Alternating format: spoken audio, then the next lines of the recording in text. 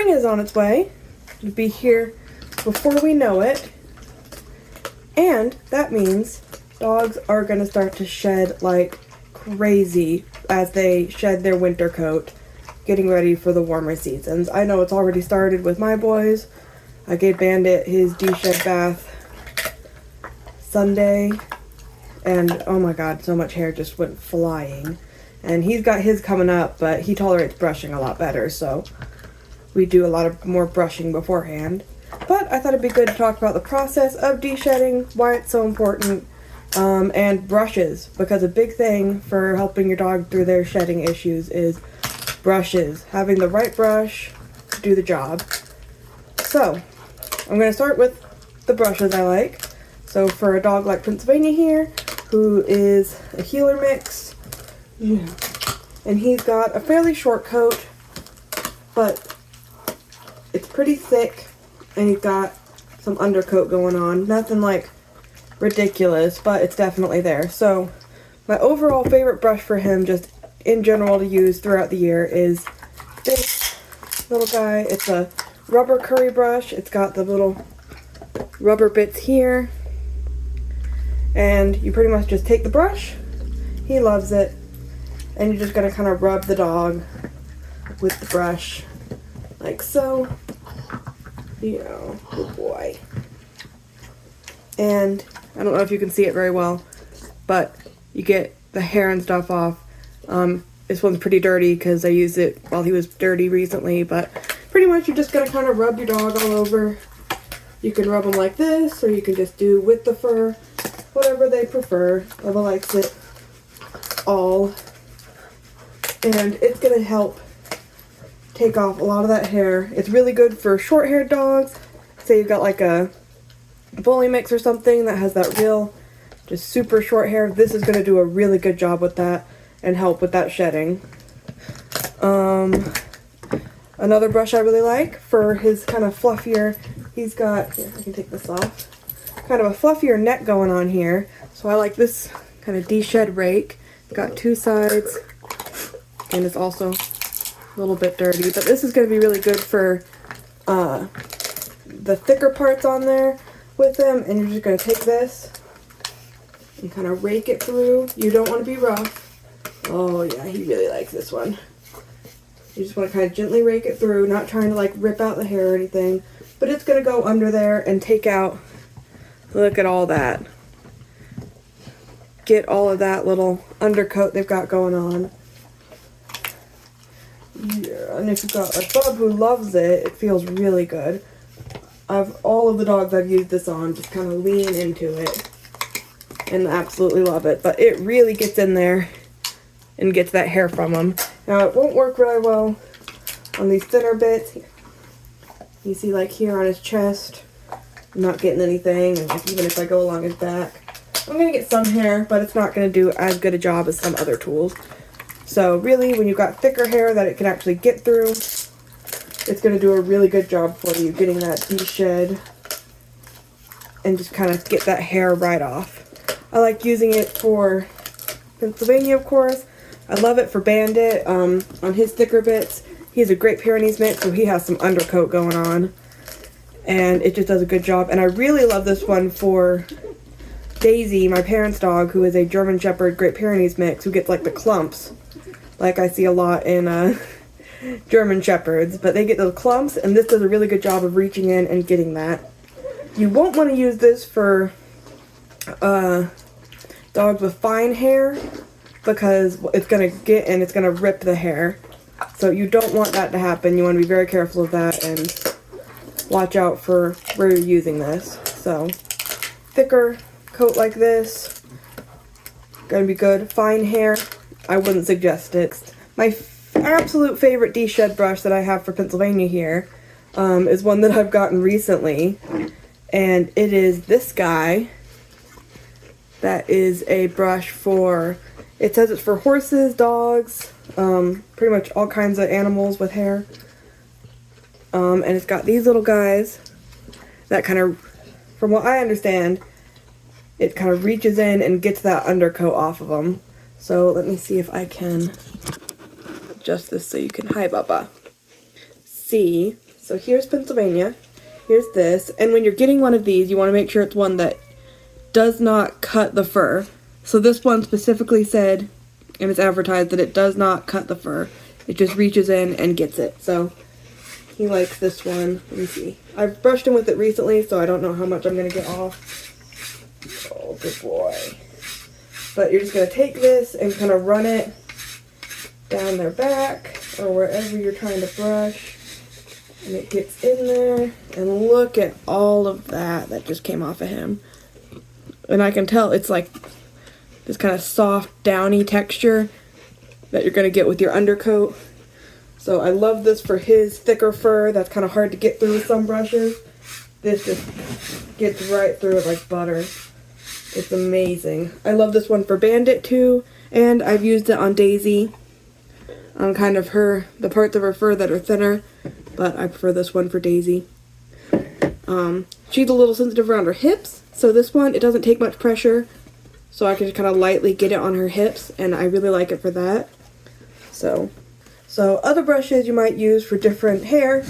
You're going to have like a pin brush, like what you would usually see as like a person's brush. That's going to be for your dogs with more of a hair texture than fur. So maybe your Yorkie, your Maltese, things like that, where you're actually brushing hair, like longer hair. Other dogs, it's really not going to do any good, especially if they've got the little pins. Those are just going to pop off and they're going to get stuck in your dog's fur and it's going to be a whole mess. If you have like a doodle or a poodle dog, you're going to want, it's called a greyhound comb. And it's like a long metal comb with just metal prongs. And that's going to be really good. And a good slicker brush, which is the brushes, you probably see them everywhere. But it's your brush that's got like the big wide part and then has the little prongs on it. I'll try to find pictures and put them in like up here somewhere when I'm editing through. I don't have these brushes because I wouldn't have much use for them on a dog like Pennsylvania or Bandit, but you're going to want those, and there's very just specific kinds of brushing. For doodles and stuff, you're going to want to do something called line brushing, and that's where you're going to kind of part. I don't know if you can really tell with him. Hi, Bubba. So you're going to want to take the hair and kind of part it and brush out to the skin, and then take the hair, part it, brush to the skin, and just kind of go in sections through there, checking for any mats or tangles or anything like that. Oh, hi, Bandit. That's Bandit. Just making sure you get all the way to the skin and get any of those tangles out. When you're looking for a slicker brush, you want to try to avoid the ones with the little balls on the top. Those aren't going to do you any good. They're going to pop off. They make it to where you can't get all the way to the skin, where if you're using a slicker brush, you really need to get in there.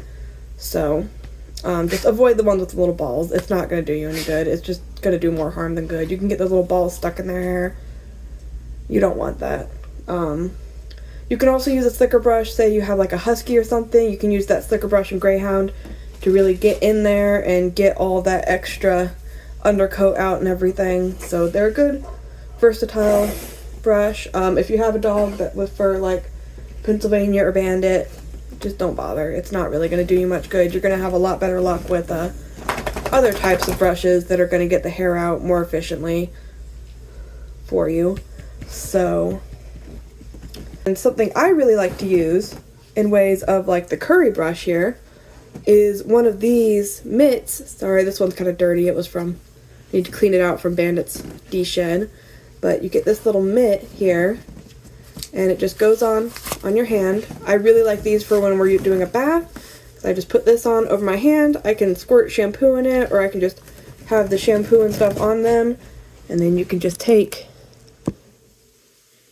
your glove in your hand and just rub like you're doing with like you would do with the curry brush, but you've got the glove instead. I know, buddy. And it's going to help get some of that fur off. So I tend to save this one for when we're doing baths, because it's just easier for me to hold on to if my hands are wet, and This one can get slippery and just kind of go all over the place. But this one, on the inside, it's got like a little fabric bit that I can hook onto. Speaking of baths, if you're doing a deshed, you're going to want to use the proper shampoo and conditioner. So, you can use whatever brand you like, anything like that, as long as it's like a de-shedding product, you'll be okay. My favorites are the Furminator. I get the Furminator de-shedding shampoo. I think they also have a, what is it? They have like a hypoallergenic type, so if your dog has sensitive skin or anything, then you can get that one. I get this one because my boys both do fine with it. I like the way it smells. It just does a really good job of getting that. This is what we used at the salon I worked with. We had like a Furminator package, and I just fell in love with this stuff. And then I have the conditioner. This one, unless you've got some really, really thick, like bad shedding going on, or you've got like some really impacted spots, you're going to want to water the conditioner down, because if you don't, it's going to take forever to rinse out. It's just super thick, but it does a good job of kind of grabbing on, getting that hair, and just kind of getting all that hair out. But I am a big fan of Furminator. It just has always done a really good job for dogs. I've worked on my own dogs, and I like the way it smells, so this is really good. And it makes their fur nice and soft. So again, the Furminator shampoo and conditioner. And then when I'm doing a bath, I also like to go in sometimes with a little spray. I got this one recently. Earth Bath is another one of my favorite brands that I use. This one is the puppy. Yeah, the puppy spritz. I get this one because Pennsylvania does have somewhat sensitive skin, and I just like the smell of the cherry better than the oatmeal one they have. So, but this one I like because I can also use it between baths, and it has here, it's like a, let me see if it'll focus for you. No, it won't focus. So, but this is like a conditioner, kind of, so he gets dry skin really easily, especially in the winter. So I'll spray him down with this and brush him real good with that curry brush, and it'll kind of help keep the moisture in and everything, and it makes him smell really good. So, big fan of this. I like to spray it just for a good smell after the bath, before I start to dry. I just think it kind of locks in the smell really good. So, the process of doing the deshed bath is maybe a little bit different than your usual bath. So, what I like to do is, depending on how dirty your dog is, if it's been a little while, then I would start with a normal shampoo to just kind of get them all clean, get any of the stuff off. And then I'll go in with the Furminator shampoo and really just scrub it in, and I'll let it sit for a few minutes to let it kind of work its way through and do what it needs to. That's when I'll go in with this brush and just really scrub it in, and if this gets clogged with hair, rinse it out. Then you'll rinse the shampoo out, and then you're going to go in with your conditioner, and you're going to want to really just kind of get, all of it in.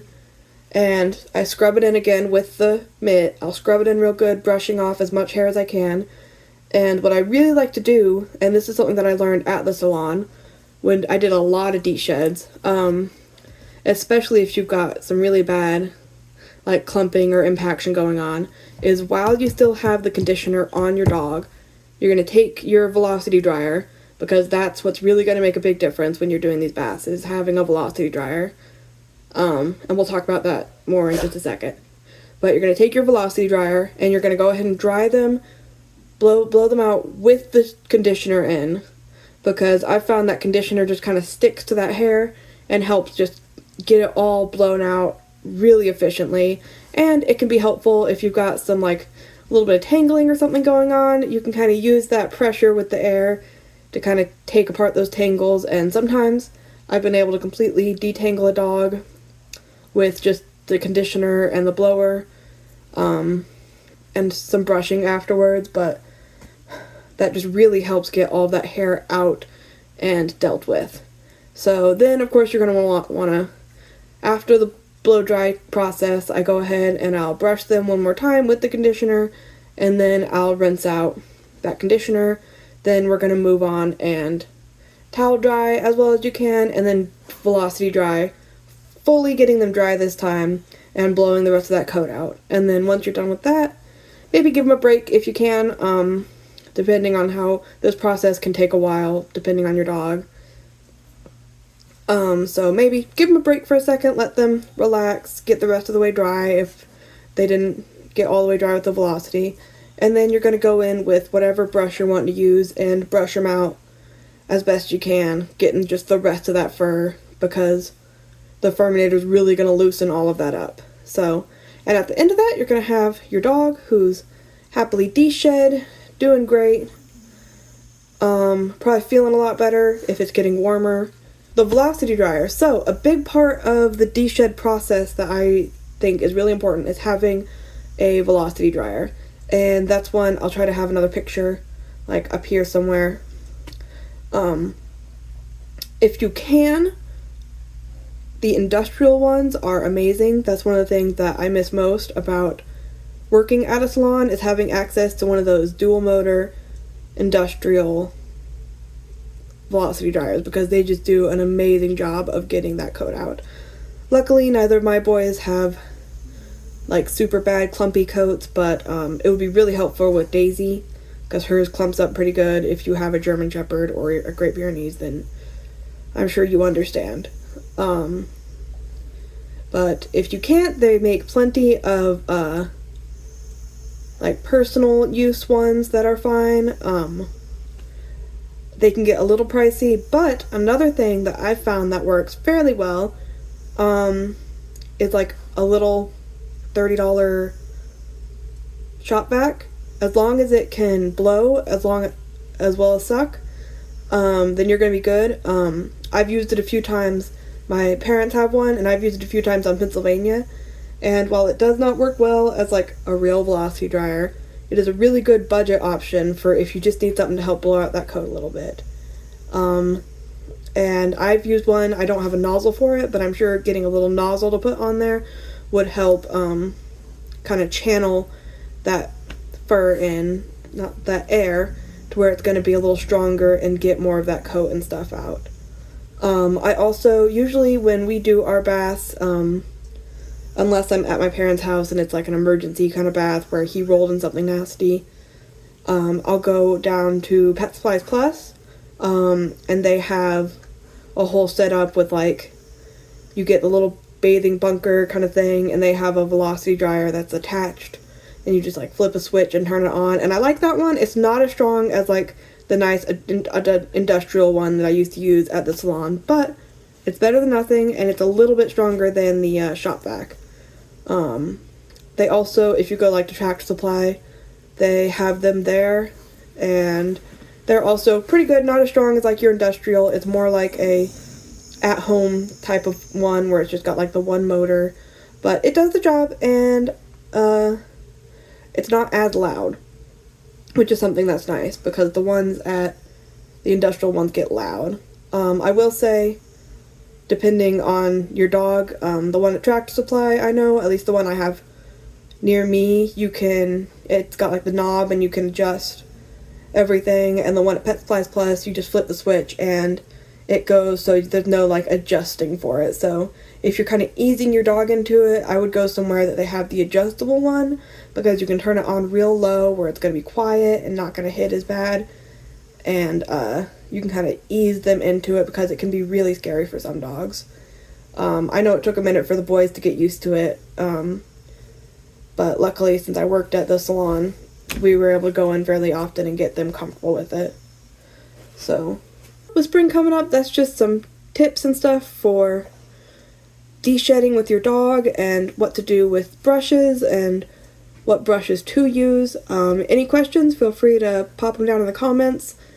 I'd be happy to answer anything. A lot of my knowledge comes from I think it was about a year and a half that I spent working in a grooming salon. I was a bather, and I did a lot of the brushing, the de-shedding, washing, so a lot of experience with brushing and working on different types of dogs and what works best to get all that fur out of there and get them happy and comfortable again. So again, any questions, drop them down in the comments. Let me know if you would like. I am planning on doing a big de-shed bath with Daisy, the German Shepherd, soon. So if you'd like to see that as a video, I'd be happy to do that. Just let me know. So kind of a process of how to. So yeah, just let me know. Thanks for watching. Bye. Say bye. Okay. Gus, you want to say bye? Say bye. Say bye-bye, Gus. Yeah, my good boys. My good boys.